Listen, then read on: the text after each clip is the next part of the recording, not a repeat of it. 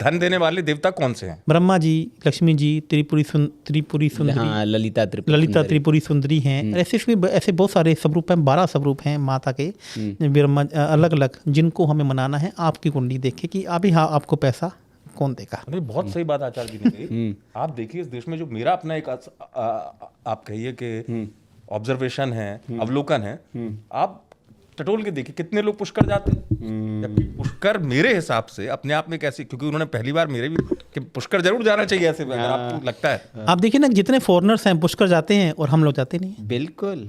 और आप देखिए जहाँ जहाँ लक्ष्मी जी का मंदिर है, जहाँ जहाँ प्रसिद्ध लक्ष्मी जी का मंदिर है, वो सब जगह अमीर है। आप देखिए भारत की राजधानी कौन है? दिल्ली है। और फाइनेंशियल राजधानी कौन सी? मुंबई। और वहाँ पे माँ लक्ष्मी जी का प्रसिद्ध मंदिर है, बहुत प्रसिद्ध। पुणे जी में मुंबई के पास में ही साक्षात माँ लक्ष्मी जी का मंदिर है, कोल्हापुर, जहाँ पे लक्ष्मी जी रूट कर विष्णु जी से बैठ गई थी। और दक्षिण में देखिए माँ लक्ष्मी जी का विष्णु जी तिरुपति बालाजी साक्षात। और मैं आपको एक बात बताता हूँ, आपको पता है तिरुपति बालाजी लोग क्यों जाते हैं? क्यों जाते हैं? आपको वहाँ के जो देवता हैं वेंकटेश्वर हैं। वेंकटेश्वर। एक बार वेंकटेश्वर जी पद्मावती जो वहाँ की रानी थी, माँ लक्ष्मी जी का स्वरूप जी, उन्होंने उनसे शादी की इच्छा जताई, उनसे शादी तय हुई। तो वेंकटेश्वर ने बोला कि मुझे ब्रह्मांड की सबसे सुंदर शादी करनी है, जहाँ पर भी यहाँ पर भी कोई भी लोग शादी पे आएंगे मैं सबको रिटर्न गिफ्ट दूंगा। क्या दूंगा? Return gift. रिटर्न गिफ्ट की जो प्रथा है वो वहीं से शुरू हुई थी। अच्छा। तो उन्होंने बोला कि यहाँ पर जितने मेरे सभी को व्यंजन मिलेंगे और 3 दिन का स्टे यहीं पे रहेगा। जो हम आजकल डेस्टिनेशन मैरिज करते हैं ना, तो सबसे पहले डेस्टिनेशन मैरिज का जो कस्टम था वो वेंकटेश्वर महाराज जी ने शुरू किया था। तो उन्होंने बोला कि अब मेरे को इसके लिए क्या चाहिए? बहुत सारा पैसा चाहिए। अब वो पैसा किसके पास था? पैसा देने वाले ये देवता हैं, लेकिन मैं आपको बताऊं कि पैसा संभाल के रखना किसके पास है? कुबेर जी के पास है। कुबेर जी पैसा देते नहीं हैं। आप पहले बात है, कुबेर जी का दिल ही नहीं है। कुबेर जी की पूजा आप देखो कि दीपावली के दिन ही की जाती है, ना आगे ना पीछे, वर्ष भर नहीं है। ना उनकी देवता की पूजा, ना उनकी पूजा की जाती है। सिर्फ और सिर्फ दीपावली वाले दिन उन्हें तिजोरी से निकाला जाता है और वापस उनको तिजोरी में रख दिया जाता है, क्योंकि धन संभालना यदि संरक्षक है तो कोई है तो कुबेर जी है। इस बात को लोग जानते नहीं है। लोग अपने अरे भैया कुबेर जी की पूजा तब करनी है जब आपके पास पैसा हो जाए, ताकि अब आपका पैसा सुरक्षित रहे। पैसा देने में कुबेर जी का कोई हाथ नहीं है, नहीं तो मत करिए, दे देंगे वो। अब मैं आपको बताऊं, अब देखिए मैं कर्जे की बात कर रहा हूँ। तो उन्होंने कुबेर जी के को बुलाया। उन्होंने बोला कि इस प्रकार से हम एक भव्य शादी करना चाहते हैं, जिसमें पूरा जितने भी देवी देवता हैं ब्रह्मांड के सब लोगों को रिटर्न गिफ्ट जाना चाहिए और सब लोगों को आलीशान होटल बुक हो जाना चाहिए। कुबेर जी बोला कि महाराज बताओ, मैं तो आपका सेवक हूँ, क्या चाहिए? बोला कि सभी को आप धन की व्यवस्था का जिम्मा अब आपके जिम्मे है। तो उन्होंने सारे के सारे धन के भंडार खोल दिए। देवी विष्णु जी को कौन मना करता था? लेकिन विष्णु जी ने कुबेर जी को एक प्रॉमिस किया, देखो कुबेर जी आप मुझे पैसा दे रहे हैं, ये पैसा मैं आपका लौटाऊंगा। लोन हो गया ये एक लोन हो गया। बहुत ही बढ़िया आपने बोला कि मैं आपसे लोन ले रहा हूँ। तो बोला कि सर नहीं, मैं आपको लोन कैसे दे सकता हूँ? विष्णु जी बोले देखो मैं आपसे पैसा, मैं कोई आपसे एहसान नहीं लूँगा, ये आपका उधार है जो मैं आपको चुकाऊंगा, और ये मैं आपको चुकाऊंगा जब कलयुग अंत होगा, उससे पहले मैं आपका ये सारा पैसा दे दूंगा, चुका दूंगा। तो तब से विष्णु जी के मंदिर में, तिरुपति बालाजी के मंदिर में लोग ये कहते हैं कि अपनी इनकम का एक हिस्सा लोग तिरुपति बालाजी के मंदिर में देकर आते हैं। बिल्कुल। अब देखो ना साउथ वाले सबसे ज़्यादा अमीर क्यों हैं? क्योंकि वो अपनी इनकम का एक हिस्सा तिरुपति बालाजी के पास देकर आ जाते हैं। और भगवान विष्णु जी क्या मानते हैं कि तुम मेरा कर्जा उतारने में तुम मेरी मदद कर रहे हो, मैं आपको कभी भी ऋणी नहीं होने दूंगा। इसका मतलब दर्शकों के लिए संकेत है कि वैसे तो हर स्थान आध्यात्मिक तौर पर जागृत होते हैं जो हमारे सिद्ध स्थान है, लेकिन अगर आचार्य जी संक्षिप्त में समझूं कि तिरुपति बालाजी जरूर जाना चाहिए। कर्जा आपके पास हो गया तो है, और अपनी कर्जा यदि आपके पास हो गया है तो कर्जा उतारने के लिए तिरुपति बालाजी जाइए, कुछ अपनी इनकम का हिस्सा चढ़ाइए, तो आपको कभी ऋणी नहीं होने देंगे। अब देखिए दक्षिण के लोग कितने सोने का समर्थ है। आप देखिए ज्यादा सोना वही है। और सबसे ज्यादा आप देखिए कि यदि भंडार का पैसा निकलता है तो कहाँ निकलता है? दूसरे आपको देवता बनाता हूँ पैसे वाले, सांवलिया सेठ। हाँ हाँ हाँ हाँ अमीरों के सेठ, हाँ, वो तो बिजनेस पार्टनर बनाते हैं। Business partner. तो इसका मतलब है कि ऐसे तिरुपति बालाजी जैसे भारत में 12 मंदिर है जो आपकी कर्जा उतारने में आपकी मदद करते हैं। अकेले मैंने तो एक मंदिर बाकी, आप इतना समय हमारे पास नहीं है कि मैं 12 के 12 मंदिरों के बारे में आपको हाँ, लेकिन हमारे दर्शकों को राहत मिल जाए। देखिए अभी एक मंदिर के बारे में बता दिया है जाके क्योंकि बाकी लोग जानते ही नहीं है। सारी की सारी भीड़ एक जगह इकट्ठी हो जाएगी, अभी मैं बात करूंगा तो लोग जाने, लेकिन आपकी कुंडली के हिसाब से बताना पड़ेगा कि आपको कौन से मंदिर जाना है। ये कुंडली दिखाने के बाद अरे कहाँ से बता दूं भैया, मुझे कैसे बता दूं, आप बता तो दो। सार्वजनिक नहीं होता है कुछ। तिरुपति बालाजी की आचार्य जी आपने बताया, और उससे ठीक पहले आप जिक्र कर रहे थे सांवलिया सेठ जी का, वहाँ क्या?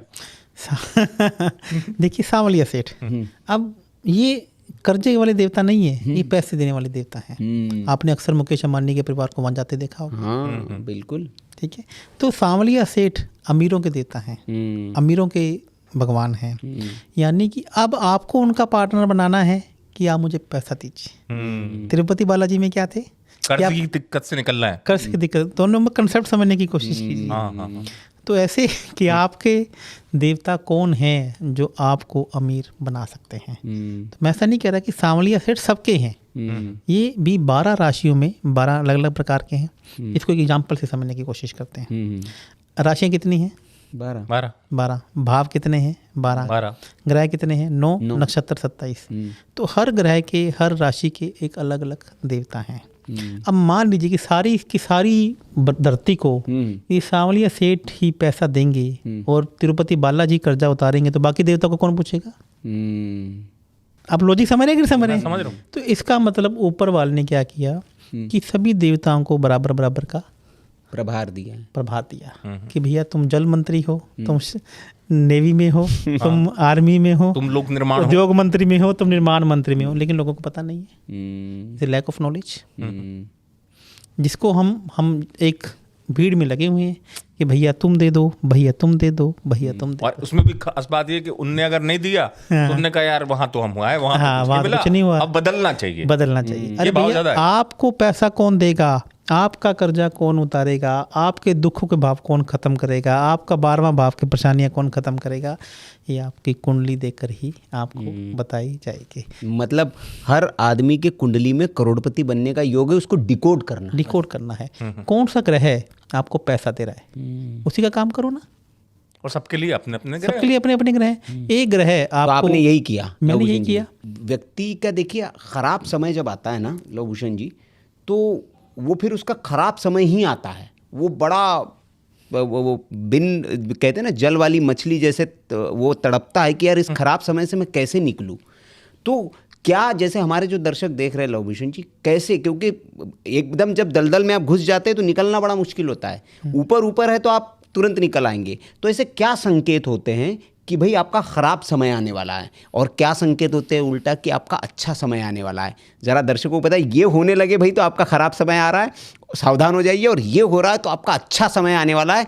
अब आप किसी मार्गदर्शक के पास जाइए और इसको कैश कर लीजिए, भुना लीजिए। देखिए लाइफ में जी एक बार जी ऊपर वाला सबको मौका देता है। बिल्कुल। ऐसा कोई व्यक्ति नहीं है जिसको भी एक बार ऊपर वाले ने मौका नहीं दिया हो। सबको अरबपति खरबपति होने का मौका लाइफ में, रिक्शा वाला हो या उद्योगपति, ऊपर कोई भी हो, सबको एक मौका ऊपर वाला पहचानना है उसको। पहली दूसरी बात कि आप भी देखिए कि ऐसे ऐसे लोग आपने देखे होंगे जिन्होंने कौन बनेगा करोड़पति में करोड़ों पे जीत लिए, और आज उनके पास 1 रुपया भी नहीं है। जो बहुत सारे स्टार बने, आज उनके पास 1 रुपया नहीं है। लॉटरी लोगों को निकल गई लेकिन उनके पास पैसा बचा ही नहीं है। और लोग देखिए कि अरबपति बनने के बाद भी आज वापस कंगालों के हैं।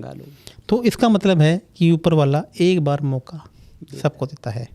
ठीक है, वो कब आएगा, कैसे आएगा, ये आपकी दशा महादशा को देखकर भी बताया जा सकता है। दूसरा कि होता क्या है ना कि जब शंकर जी और पार्वती जब ऊपर से निकलते हैं ना आपको विचरण करने के लिए, तो माँ पार्वती जी क्या है, मन की ये भोली, अब भोला अपने शंकर जी को कहते हैं लेकिन उनसे भी भोली क्या है, माँ पार्वती है। बोली इसको दे दो भाई, इसको तो अभी दो, जो कर रहा है मुझे अभी तो इतना अच्छी अपनी पूजा कर रहा है, सेवा कर रहा है, इसको तो अभी दो। तो शंकर जी बोलते हैं कि मैं दे तो दूंगा लेकिन भैया देना तेरे जिम्मे है, लेना मेरे जिम्मे है। तो ये रोक पाएगा कि नहीं रोक पाएगा? तो माँ पार्वती रोने लग जाती हैं, बोले कि भैया इसको एक बार दे दो।